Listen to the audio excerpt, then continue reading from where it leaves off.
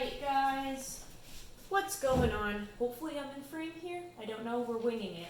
It's Erica with Not Your Average EDC, and today we have two things to go over. Number one, knife sharpening with MAGNACUT. Number two, the weekly update, which should have been updated on Saturday, but I didn't have time. So we'll do them both today. This is not like a sharpening tutorial, this is just sharpening MAGNACUT. So at some point when I get the right materials, I will make a video, like a very lengthy step-by-step video on how to do sharpening and stropping. This is not it. This is literally just to record the sharpening process of this specific steel MAGNACUT. I have sharpened it once. This will be the second sharpening. It really, really, really needs it, so we're gonna go through that and hope for the best and hope that it does well. Just to show what we're starting off with as an edge.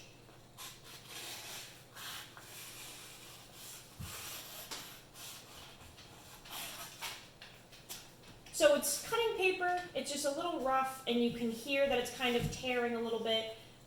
It's just having a little bit of a rough time, so it definitely could use a touch-up. So that's what we're starting with, and hopefully at the end you'll see that it's kind of like clean cutting the paper. There's not as much resistance, and you can hear that it's not tearing as much. And I'll bring this over and see if we can get it on camera too. Just the way the paper looks, it's a little, I don't know if you can see that. It's like a little frayed. See the little frays?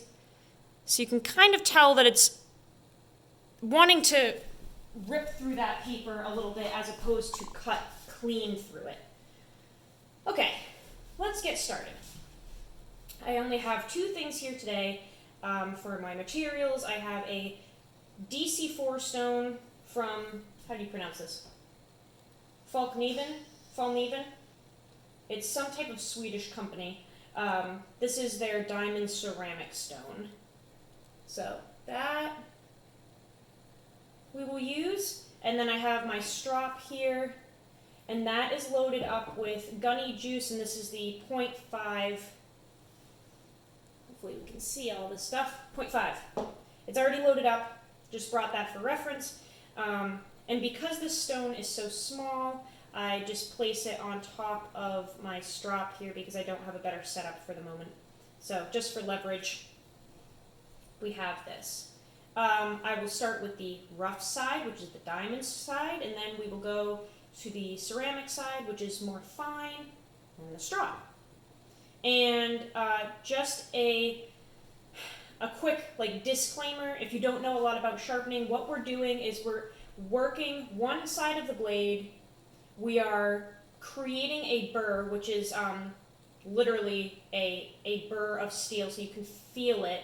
Once it's created, it feels like a little wiry edge. We're going to create that on one side.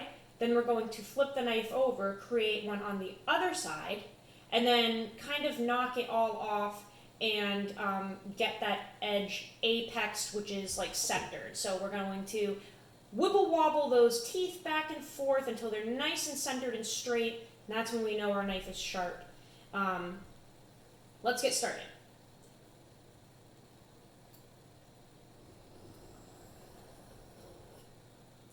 So last time I sharpened, that burr that I was speaking of, it came up very, very quickly. Like within just a few passes. So we'll see how it does this time. And I'm just trying to keep my angle nice and steady here. Evenly get all of that edge to touch the stone.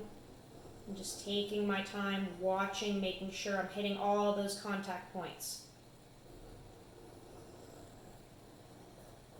And you don't have to work toward yourself if that makes you nervous. I know some people work away from themselves and kind of pretend that they're slicing the top off of the stone and they work away. For me, it just works better for me working toward myself. I like being able to see the entire edge and what I'm doing with it. So there are all different ways to sharpen, but for me, even though it is working toward myself, which could be dangerous, I I just take my time and work very slow and try to keep my digits out of the way for the most part.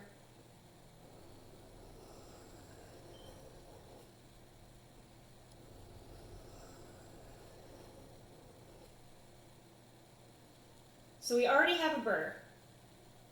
A very nice burr. I can feel that. And I can feel it all throughout. And that's exactly what we're looking for, is a nice, even burr that has been created. That was probably, 10 passes on one side, so really not a lot at all. So now we're going to flip the knife over and work the other side. So I'm going to just move my stone over to this side of the strop, make it easier to access. And what I'm going to do real quick is kind of gently knock the burr off. I don't want to break it off because then we're going to have an uneven edge. I want to just gently knock some of it off so I can work with the blade. So I'm actually going to take the knife and use a stropping motion just like 1 or 2 times to gently knock a little bit of that burr off. And I'm only using the weight of the knife, like so lightly, guys, just very gently.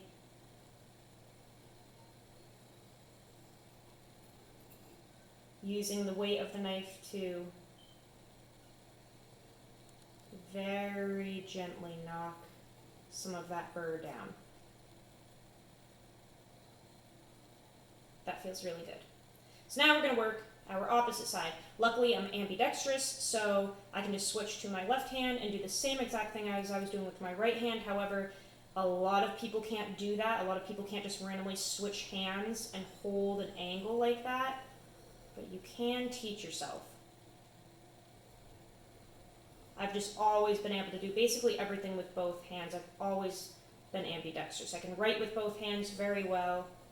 And I think it was like in kindergarten, the teachers literally were like, they talked to my parents and they're like, you're going to have to pick which hand you want her to write with because she can write with both of them. And my dad always wanted to be a right-handed person because lefties are, they were created by Satan, weren't they? But I am technically a lefty.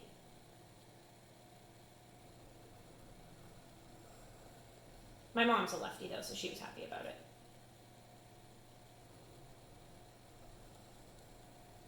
And it should take approximately the same amount of passes on this side as the other side, so, around 10.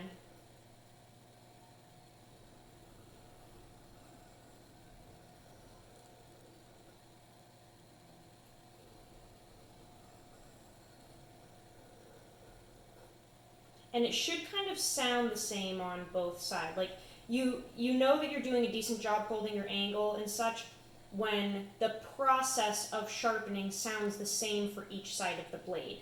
And it's something that not a lot of people talk about, but definitely using more than just your eyes, like using your other senses to kind of keep your technique in check, really helps. And sound is a huge thing. You can really hear when you're doing the exact same thing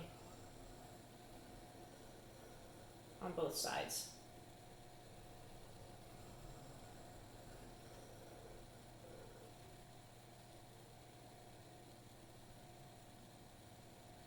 Feels like it's coming up.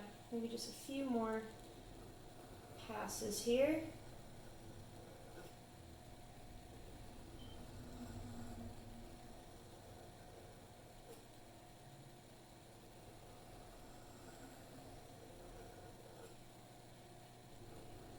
And also just looking at your stone, I washed this right before the sharpening, but I am seeing metal collecting within the diamonds, which is a good sign. That means I'm actually removing metal, which is what I want to do. I want to be removing metal, creating a new crisp edge. So this was nice and clean and golden before. We have really bad lighting in here.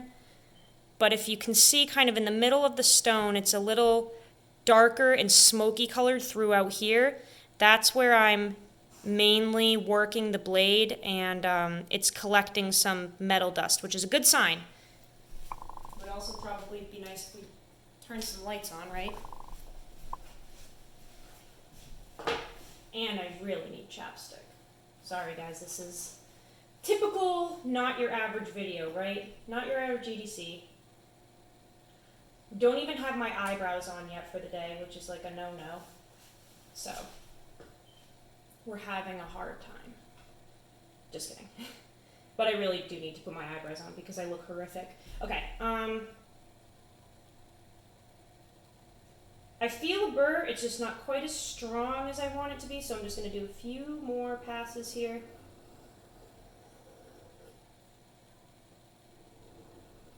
This chapstick is very minty.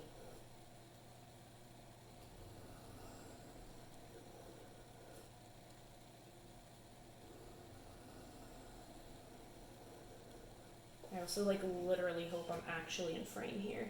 Imagine if I wasn't this whole time. Oh my gosh. That would be typical of me to do.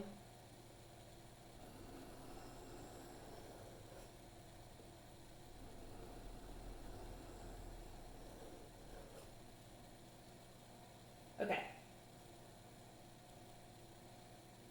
Yep, definitely feeling it throughout. So now we're going to go back and forth and really center those teeth. Put this here. I'm just going to go back and forth a couple times and get that nice and centered.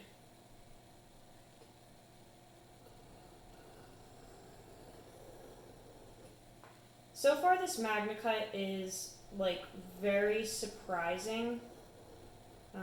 The sharpening on it has been the most surprising. Like I really didn't think it was going to be that easy to sharpen.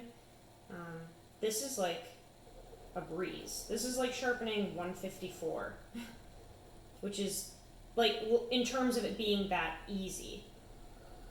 But technically, it's kind of feeling like a kind of like 3V to me so far, which is weird. Kind of like a 3V S45VN type thing. Oh my god, why is it that the dogs do this every time we're recording? Like, I don't even understand. It's like they're told, Zadie, why every time Mama's recording we have to do that? Zadie. Here. Hi, Nate. Hello. I'm recording a knife video. Zadie. Zadie, your mom's trying to work. It's just gonna be a vlog at this point, guys. Go figure. Everything starts falling apart when I'm doing the most important video of the week. I'm sorry. It's okay. You're also evicted from the house. Listen, you. Okay. Back on track, guys. Sorry, my roommate just got home. The dogs always get excited when somebody comes home. We are just working that edge back and forth.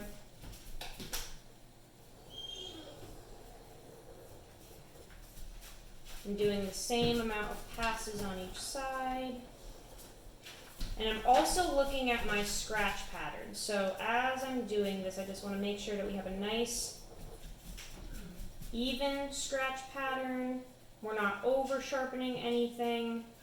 It's looking really good. And I'm not putting any pressure on the blade itself. Like, you really don't need to. You should be letting the stone do all the work for you and just kind of letting the weight of the knife do most of the work. I'm just guiding it.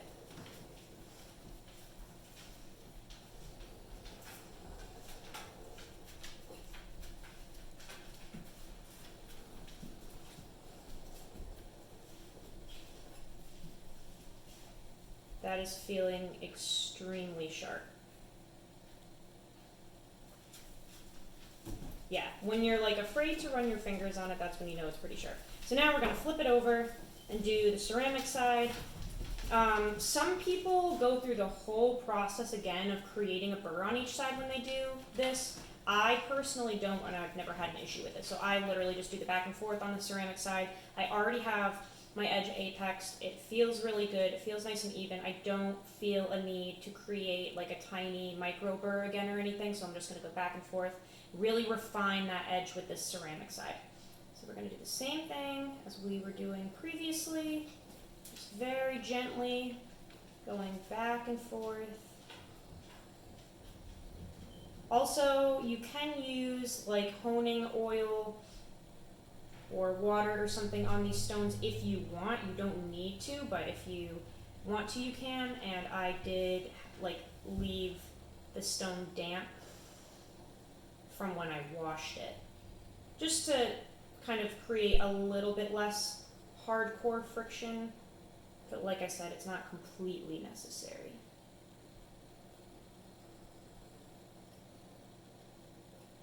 We're just very gently refining that edge, straightening those teeth up, and kind of decreasing how rough that scratch pattern was from the diamonds, because the diamonds are very rough. So we want to smooth out that scratch pattern and really create the least amount of resistance on the edge as possible. That way it's cutting our materials nice and smooth.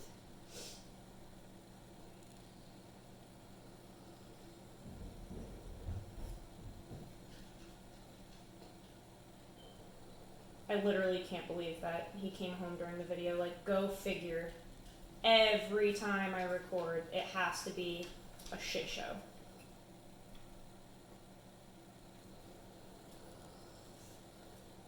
I literally thought he was at work.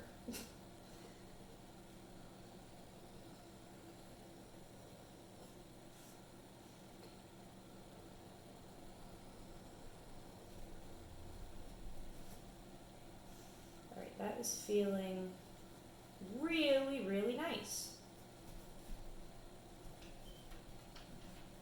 I like that. Alright, I think we're good with this.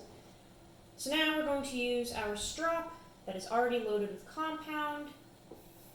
And I'm not going to mirror polish this. I don't want to have a super smooth, clean edge. I really do want to keep the teeth that I've created from that stone. So at this point, we're just very gently going to strop it and really just gently refine one more time and then leave it as it is, because we want a nice toothy working edge for my job specifically. And with stropping, you always want to, work with the grain. You do not want to go against it. You will cut into your strop and destroy it. So we're just very gently swiping away. Again, letting the knife do the work with the strop. We're not putting any pressure. We're not digging into the strop.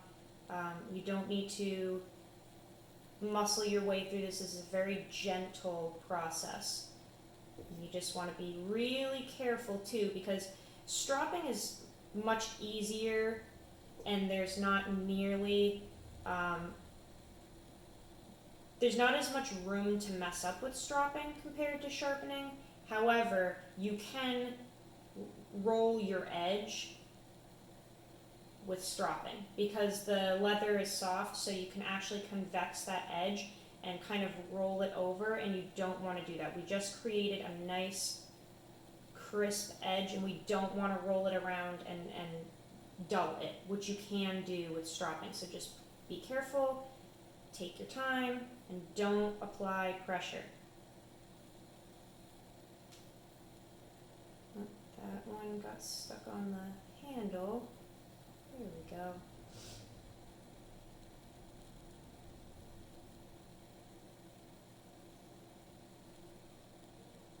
So this definitely has polished up, but still feels toothy, which is good.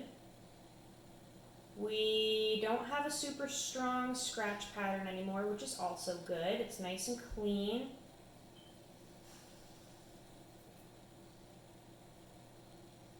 This feels really nice. So let me see if I can bring it over to the camera just to get a look at it before we do our paper cut test. Let's see how she does.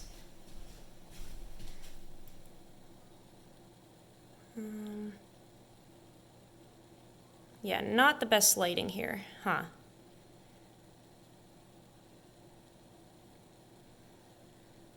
Sorry guys, lighting is horrific in this place. As you can see, some of the etching has kind of come off of the edge. Ooh, we do have a little bit of a polish. You can see the reflection of my finger there.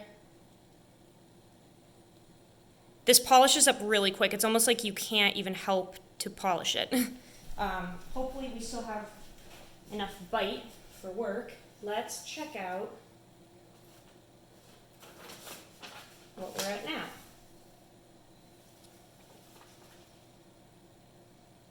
Hopefully I'm in frame here.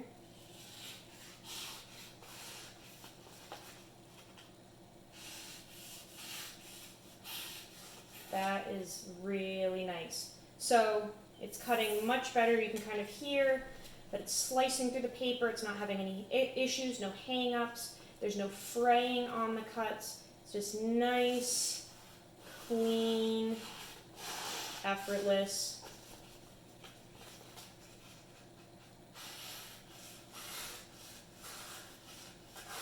Yeah, that's really nice. It feels really good. It looks really good. You can barely touch it. That's sharp. All right. So now that we're done sharpening it, let's sheath this bad boy up and just do a quick update. No real changes from week 1. It is still performing very well. The model itself is great. The MAGNACUT, I'll be honest, I'm not exactly sure what the hype was about it. The only thing I can think is that it's stainless, but I'm probably the first one saying this. Like, I'm almost nervous, but I don't understand the hype. And I'm sorry, Laren. I know you put a ton of work into this. I'm not downing your work. I'm not saying it's bad. I'm just a little curious as to what the hype was about it, because it's really no different performance-wise than like my 3V. It's good. It's a good steel. It's a good knife steel. It works very well. It sharpens nice. It's stainless. It performs for multiple days on end with a nice good edge. But I think I missed something because I don't understand what the insane excitement is over it. Yeah. A little nervous to say that. We'll see what happens. Maybe I'll be killed. But it's just a good steel. And I don't know if something magical is going to happen to me where I will change my mind and say it's a super steel now, but it's just a decent steel. Kind of like things that I already have. So no crazy updates for you guys. I'm just going to keep using it until the end of the month. But I think that's it. Yeah, short and sweet. Have a good day, guys. Hopefully you're enjoying the weather wherever you are. And as always, use your shit. Have a good one.